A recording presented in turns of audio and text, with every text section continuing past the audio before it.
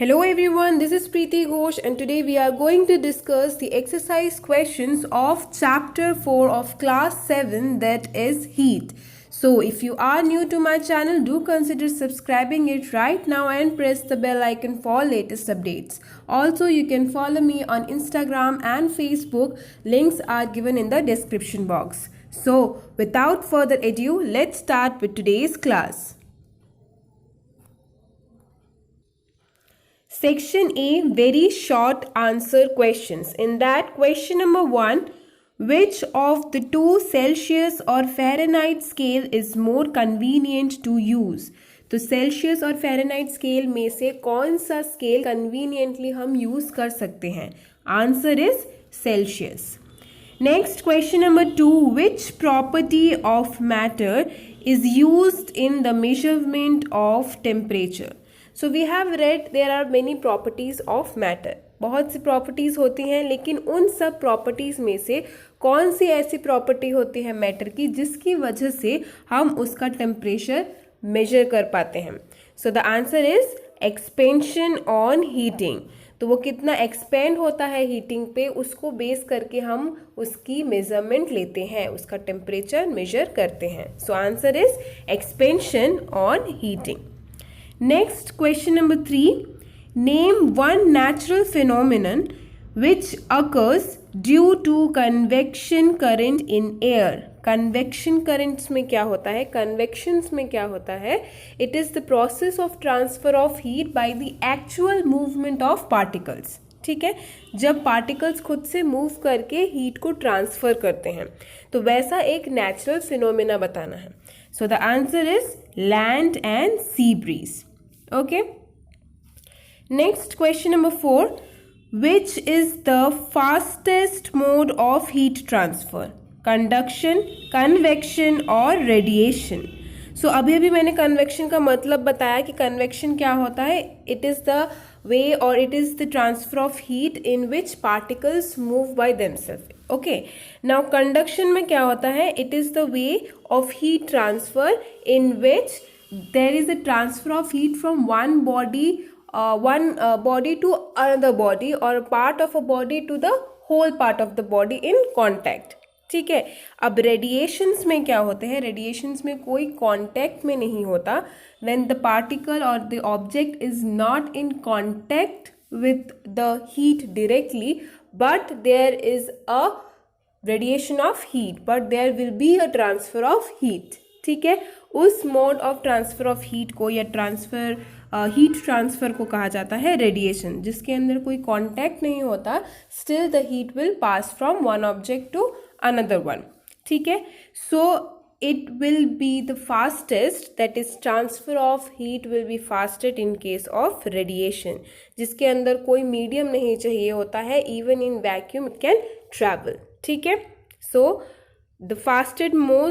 the fastest mode of heat transfer is radiation. Next, question number 5, name a device which prevents loss or gain of heat by any mode of heat transfer. So we just learned the 3 modes of heat transfer. अब इन तीनों mode से heat transfer नहीं होता. किसी भी mode से heat transfer होके हम उस हीट को ना गवाते हैं ना हम गेन करते हैं, वैसा एक डिवाइस बताना है. So the answer is thermo flask. ठीक है. Next, moving to our section B, short answer questions. Question number 1, write 2 similarities between a laboratory thermometer and a clinical thermometer. ठीक है, तो लेबोरेटरी थर्मोमीटर और क्लिनिकल थर्मोमीटर के बीच में similarities बतानी है. सो प्रॉपर्टीज़ अगर देखें तो उसकी first property thermometric liquid. So laboratory thermometer में कौन सा लिक्विड यूज़ किया जाता है to measure the temperature? That is mercury. In fact clinical thermometer में भी क्या यूज़ किया जाता है? मरकरी. सो ये हो गया पहला similarity. Next similarity is based on scale of temperature. किस स्केल पे टेम्परेचर मेजर किया जाता है?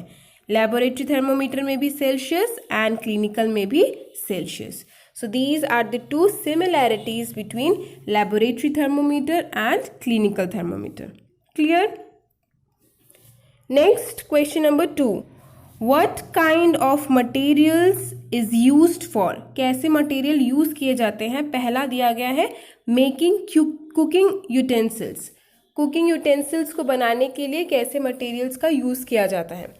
So cooking utensils are made from materials such as iron, aluminium, brass, stainless steel etc. which are good conductors of heat. So cooking के लिए हमें क्या चाहिए कि सही से हीट ट्रांसफ़र हो जिससे कि हमारा खाना पक सके, राइट। तो इसीलिए कुकिंग यूटेंसिल्स को वैसे मटेरियल से बनाए जाते हैं जो कि हीट को पास करने में पूरी तरह से हेल्प करते हैं, those who can pass the heat very easily, and those are called good conductors of heat. So good conductors of heat कौन कौन से हैं, जैसे कि आयरन हो गया, स्टेनलेस स्टील हो गए। सो इसीलिए कुकिंग यूटेंसिल्स को iron, aluminium, brass, stainless steel इन सब से बनाए जाते हैं जो कि गुड कंडक्टर्स ऑफ हीट हैं, ठीक है। Next given is making the handles of cooking utensils. अब हैंडल्स किस चीज़ के लिए यूज़ होते हैं, वो गर्म चीज़ को हम सेफली पकड़ सके, हमें वो गर्म चीज़ फील ना हो, हमारे हाथ ना जल जाए वो उस हीट की वजह से, इसीलिए हैंडल्स होते हैं, ठीक है। सो इससे पता ही चल रहा है कि हैंडल्स को किस चीज़ से बनाने चाहिए। Handles of cooking utensils are made of non conductors of heat such as wood, backlight, so that even the hot utensils can be lifted safely. तो हैंडल्स को सेफली लिफ्ट किया जा सके उस गर्म ऑब्जेक्ट को, या फिर उस गर्म यूटेंसिल्स होने के बावजूद उसको आराम से लिफ्ट किया जा सके, इसीलिए उन्हें नॉन कंडक्टर्स ऑफ हीट से बनाए जाते हैं, जैसे कि वुड हो गया, बैकलाइट हो गए, ठीक है। Next question, question number 3. Why is heat transfer by convection possible only in liquids and gases? तो heat transfer by the mode of convection, convection की मोड से अगर किसी चीज़ का heat transfer हो रहा है तो that is only between liquids and gases, gas और liquid के ही हो सकते हैं। ऐसा क्यों, ठीक है। सो पहले तो हम देख लेते हैं convection method क्या होता है। So answer is convection is the process of heat transfer in which heat is transferred from one place to another or other, from hotter part to colder one, by the movement of particles of the medium. तो convection process में heat transfer कैसे होता है, एक गर्म जगह से दूसरी ठंडी जगह पे, या फिर एक जगह से दूसरी जगह पे by actual movement of particles, particles के एक्चुअल मूवमेंट की वजह से उस मीडियम के थ्रू, ठीक है। तो अब लिक्विड्स और गैसेस में क्या होता है, the molecules are not firmly bound together and can move freely. अब लिक्विड्स और गैसेस के मॉलिक्यूल स्ट्रक्चर्स क्या होते हैं, वहाँ पे जो मॉलिक्यूल्स होते हैं वो बहुत टाइटली पैक्ड अप नहीं होते, बहुत फर्मली टाइटली नहीं ज्वाइंट होते, इसीलिए वो फ्रीली इधर से उधर मूव कर सकते हैं। बट सॉलिड्स में क्या होता है, सॉलिड्स में द पार्टिकल्स और the molecules are very tightly packed, वो बहुत ज़्यादा पास होते हैं, बहुत ज़्यादा टाइटली पैक्ड होते हैं, तो वो एक जगह से दूसरी जगह पे नहीं मूव कर सकते, वो सिर्फ अपनी जगह पे वाइब्रेट करते हैं। तो इसीलिए heat transfer by convection is possible in liquids and gases, because उसके मॉलिक्यूल्स मूव कर सकते हैं और सॉलिड के मॉलिक्यूल्स मूव नहीं कर सकते, ठीक है। In solid the molecules are firmly bound together and can not move, hence convection is not possible in solids. Clear. Next, question number 4. Differentiate between a conductor and non-conductors of heat. So let us see what is the answer. The materials which allow heat to flow through them are called good conductors of heat. All metals such as aluminium, copper, etc. are good conductors of heat. Next, the materials which do not allow heat to flow through them are called non-conductors of heat. Plastic, wood, etc. are non-conductors of heat.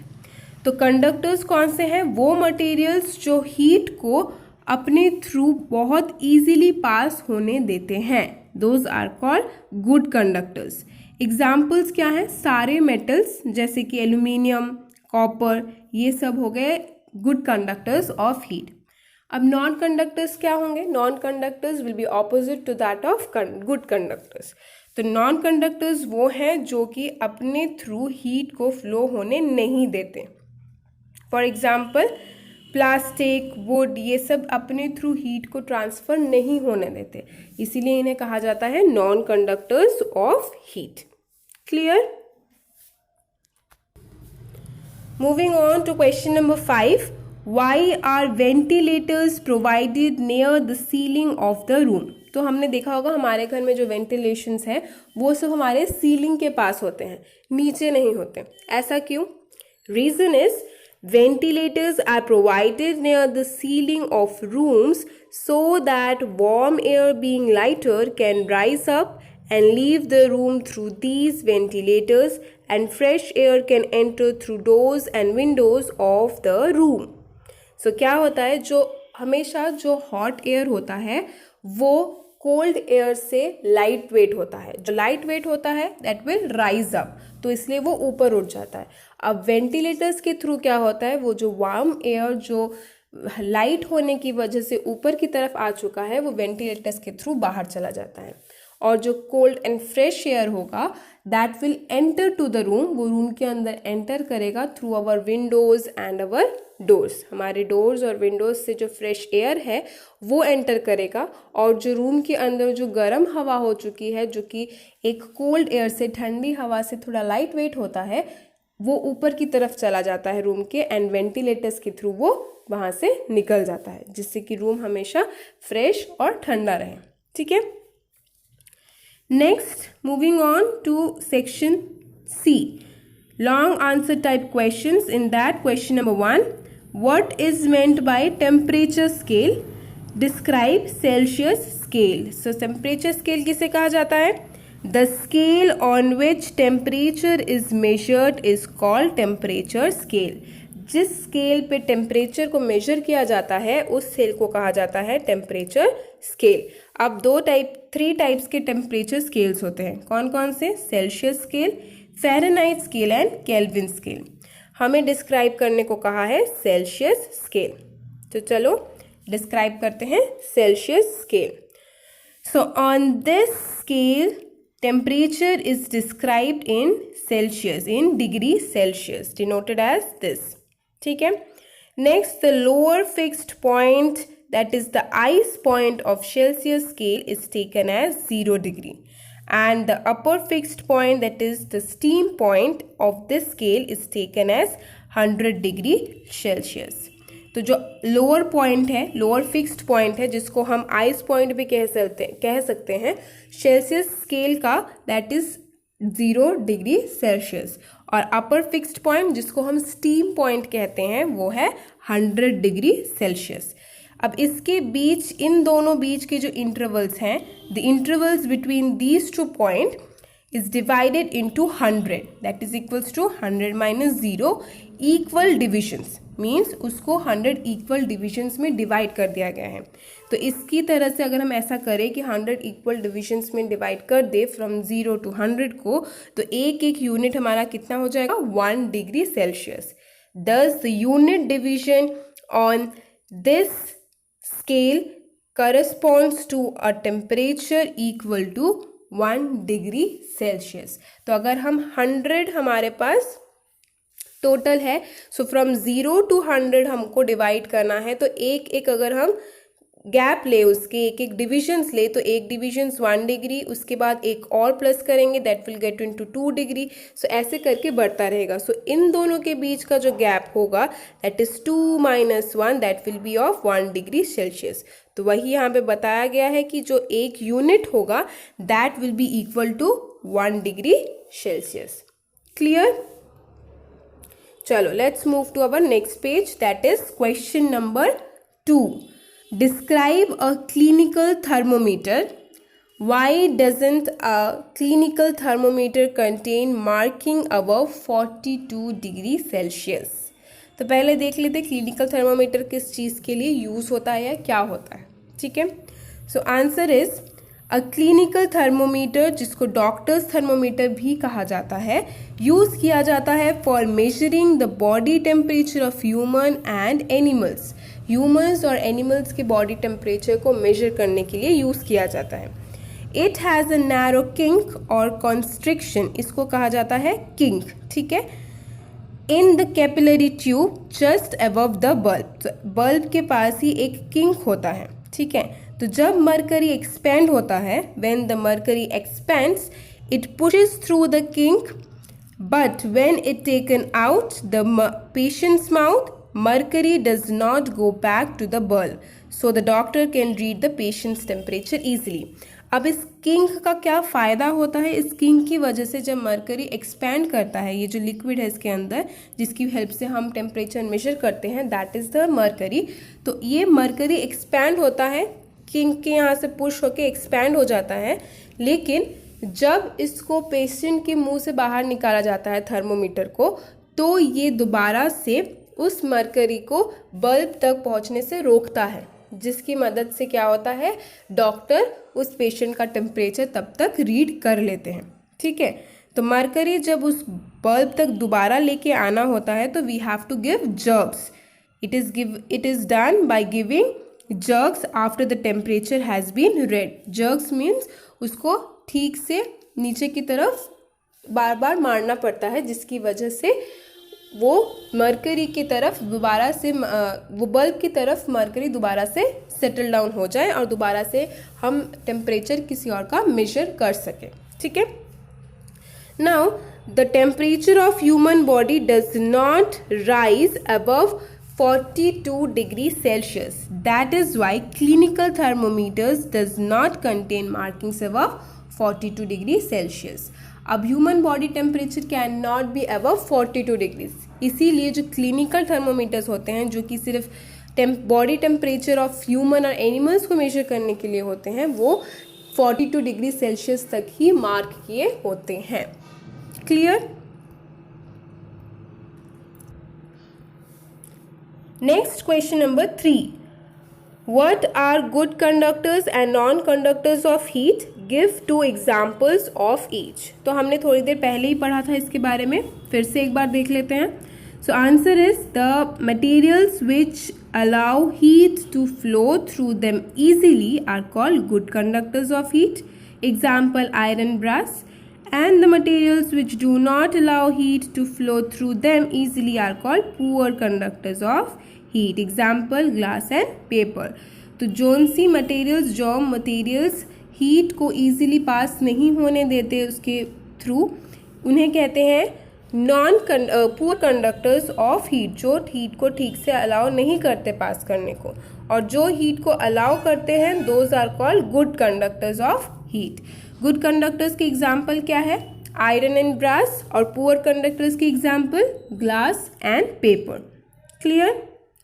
Question number 4, why do woolen clothes keep us warm when it is cold outside? Woolen clothes हमें पता है keeps us warm during cold season, isn't it? So ऐसा कैसे वो करते हैं? Answer is wool fiber is porous. It has air trapped inside the pores. Air is non-conductor of heat. It does not allow the body heat to escape or to go out into the surrounding. As a result, woolen keep us warm during winter. तो वुल fibre के अंदर क्या होते हैं? Pores होते हैं, ठीक है। बहुत सारे छोटे छोटे छेद होते हैं जिसके अंदर एयर ट्रैप्ड होते हैं, ठीक है। अब एयर जो है वो नॉन कंडक्टर ऑफ हीट है, मतलब वो हीट को अलाउ नहीं करता, हमारे बॉडी भी हीट को अलाउ नहीं करता कि वो वहाँ से निकल के बाहर सराउंडिंग में जा सके। इसीलिए वो एयर, हमारे वो जो गर्माहट है, that heat is being trapped in our body and woolen clothes keeps us warm during winter, जिसकी मदद से हमारा जो बॉडी हीट है वो सराउंडिंग में नहीं चला जाता और हमारे बॉडी का जो हीट है वो हमें विंटर सीजन्स में हमें गर्माहट देता है, ठीक है। Next question number 5, define radiation and radiant heat. So radiation क्या है? The process of transmission of heat in which heat energy travels in a straight line from hotter body to the colder one without any material medium is called radiation.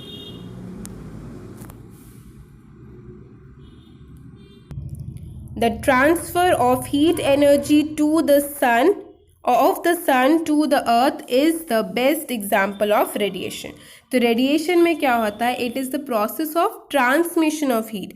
ऐसे तरीके से heat transfer होता है जिसमें heat जो है वो straight line में ट्रैवल करता है हॉटर बॉडी से कोल्ड बॉडी की तरफ विदाउट एनी मीडियम. उसको कोई मटेरियल मीडियम की ज़रूरत नहीं होती. जैसे कि सन की वजह से अर्थ को जो हीट मिलती है, that is the best example. ठीक है. Next is radiant heat. Radiant heat क्या होता है? The heat energy transferred by the process of radiation is called radiant heat. जो हीट हमें मिल रहा है वो हीट एनर्जी जो कि radiation mode of heat transmission की वजह से मिला है, that is called radiant heat. Clear? Next, section D, asking for take the odd one out, giving reason. In that, first is heat, temperature, convection and Celsius. So odd one out here is convection. Reason क्या है? It is the mode of transfer of heat. ठीक है.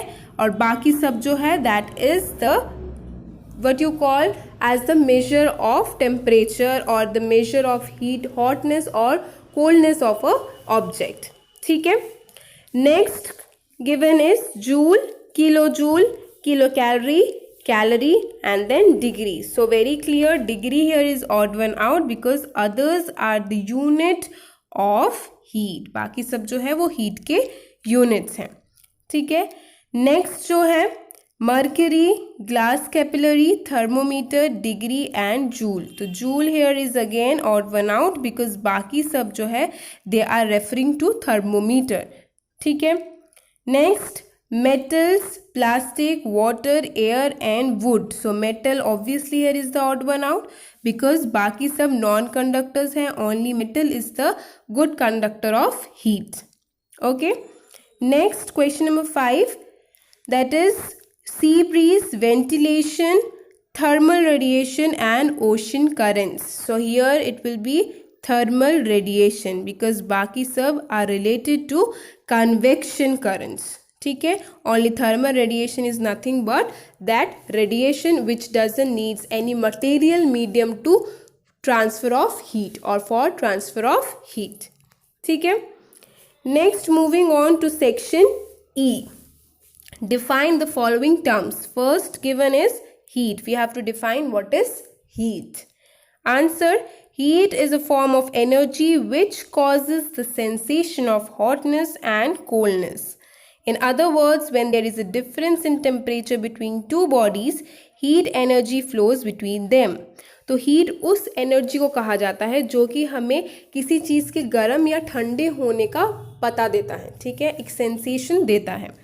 अब दूसरी भाषा में हम इसको क्या कह सकते हैं कि it is the temperature difference. ये एक टेम्परेचर डिफरेंस है एंड जिसको बेस करके हीट ट्रांसफ़र करता है, जिनके बीच में there is a flow of heat. It flows out of a body, it cools the body and if it flows into a body it warms a body. अगर वो किसी body से बाहर जा रहा है वो हीट, दैट मीन्स वो जो बॉडी है वो ठंडी हो रही है. और अगर वो किसी बॉडी में जा रही है तो मतलब जिस बॉडी में वो जा रही है वो बॉडी गर्म हो रही है. ठीक है. अब हीट को मेजर किस में किया जाता है? हीट को मेजर किया जाता है कैलोरी में एंड हीट का जो एसआई यूनिट है दैट इज जूल. क्लियर?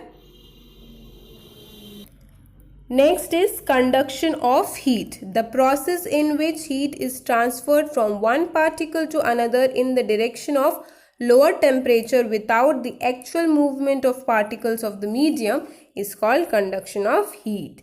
अब ऐसा ट्रांसफ़र ऑफ हीट जिसमें एक पार्टिकल से दूसरे पार्टिकल में हीट ट्रांसफ़र हो रहा है, that is the hot particles are transferring heat to the colder one. Hot region से कोल्डर टेम्परेचर की तरफ पे पार्टिकल्स एक दूसरे को हीट ट्रांसफ़र कर रहे हैं विदाउट देयर एक्चुअल मूवमेंट, बिना उनके एक्चुअल मूवमेंट की वजह से. That is called conduction of heat. Example क्या है? If we hold one end of stainless steel spoon over a flame, अगर हमने एक तरफ से स्टेनलेस स्टील के स्पून को एक फ्लेम के ऊपर, एक आग के ऊपर पकड़ रखा है, तो जो दूसरा एंड है वो भी थोड़ी देर बाद हॉट हो जाएगा, means its other end becomes hot after some time. This is due to conduction of heat. तो फ्लेम के ऊपर जो पार्ट है चम्मच का, that will obviously get heated, but जो दूसरे साइड पे हमने पकड़ रखी है जिस तरफ, उस तरफ भी थोड़ी देर बाद वो गर्म हो जाएगा. And this is because of conduction. ठीक है. Next, infrared radiation.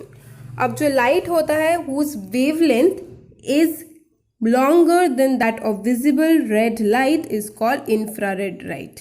अब जो सारे लाइट होते हैं, almost 1/3 of the light that we receive from the sun is infrared. और ये जो इंफ्रारेड लाइट्स होते हैं उनके पास वो पोटेंशियल होता है और द प्रॉपर्टी होता है ऑफ प्रोड्यूसिंग हीटिंग इफेक्ट्स. ठीक है. तो इन रेडिएशंस को बोलते हैं infrared radiations. Clear. Next, fourth one given is land breeze. So after sunset, land loses heat faster than sea water. जब sunset हो जाता है, सूरज डूब जाता है, तो land जो है वो बहुत जल्दी ठंडा होना शुरू होती है compared to sea water. ठीक है. As a result, the air over the sea is warmer at night. जिसकी वजह से sea के ऊपर जो water है, means water जो है वो, उसके ऊपर जो एयर है वो ज़्यादा वार्म होती है एंड लाइट होती है. So the air over the sea being warmer rises up and takes its place.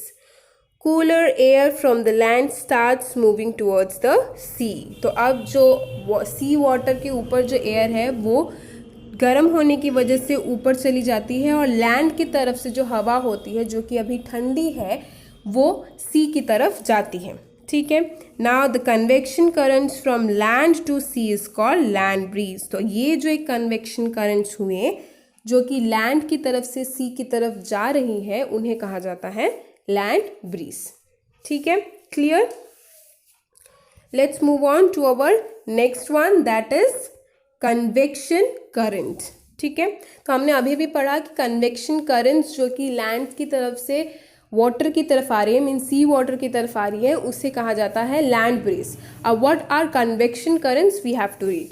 So when water is heated in a round bottom flask, water near the bottom of the flask gets heated first.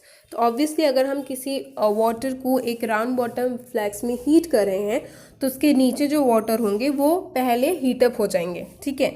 तो उसका जो warm water है वो light हो जाएगा. Light होता है surrounding के कोल्ड एयर से कंपेरेटिवली, सो वो क्या करेगा, that will rises up. So warm water is lighter than the surrounding cold water, so it rises up. What will happen next, the colder water from the surrounding moves down, gets heated and rises up. तो अब जो ठंडा पानी है surrounding का वो अब नीचे की तरफ आ जाएगा. अब वो हीट अप होने के बाद वो लाइट वेट हो जाएंगे और अब वो ऊपर की तरफ आ जाएंगे. So this process continuous until the entire water attains a uniform temperature. तो ये कीप ऑन रिपीटिंग होगा, it will get repeated one after another जब तक कि पूरे पानी का टेम्परेचर सेम नहीं हो जाता. अगर एक टेम्परेचर, एक जगह का भी पानी या फिर एक जगह भी टेम्परेचर डिफरेंस होगा, कम होगा, तो वो अगेन नीचे की तरफ आएगा, गर्म होगा, देन वो राइज होगा. तो ये कंटिन्यू होता रहेगा जब तक पूरा टेम्परेचर सेम नहीं हो जाता. Now this cycle of movement of water during heating is called convection current. अब ये साइकिल जो है मूवमेंट ऑफ वाटर का, उसे कहा जाता है convection current. Clear. So this was the explanation or definition you can say of convection current. Clear?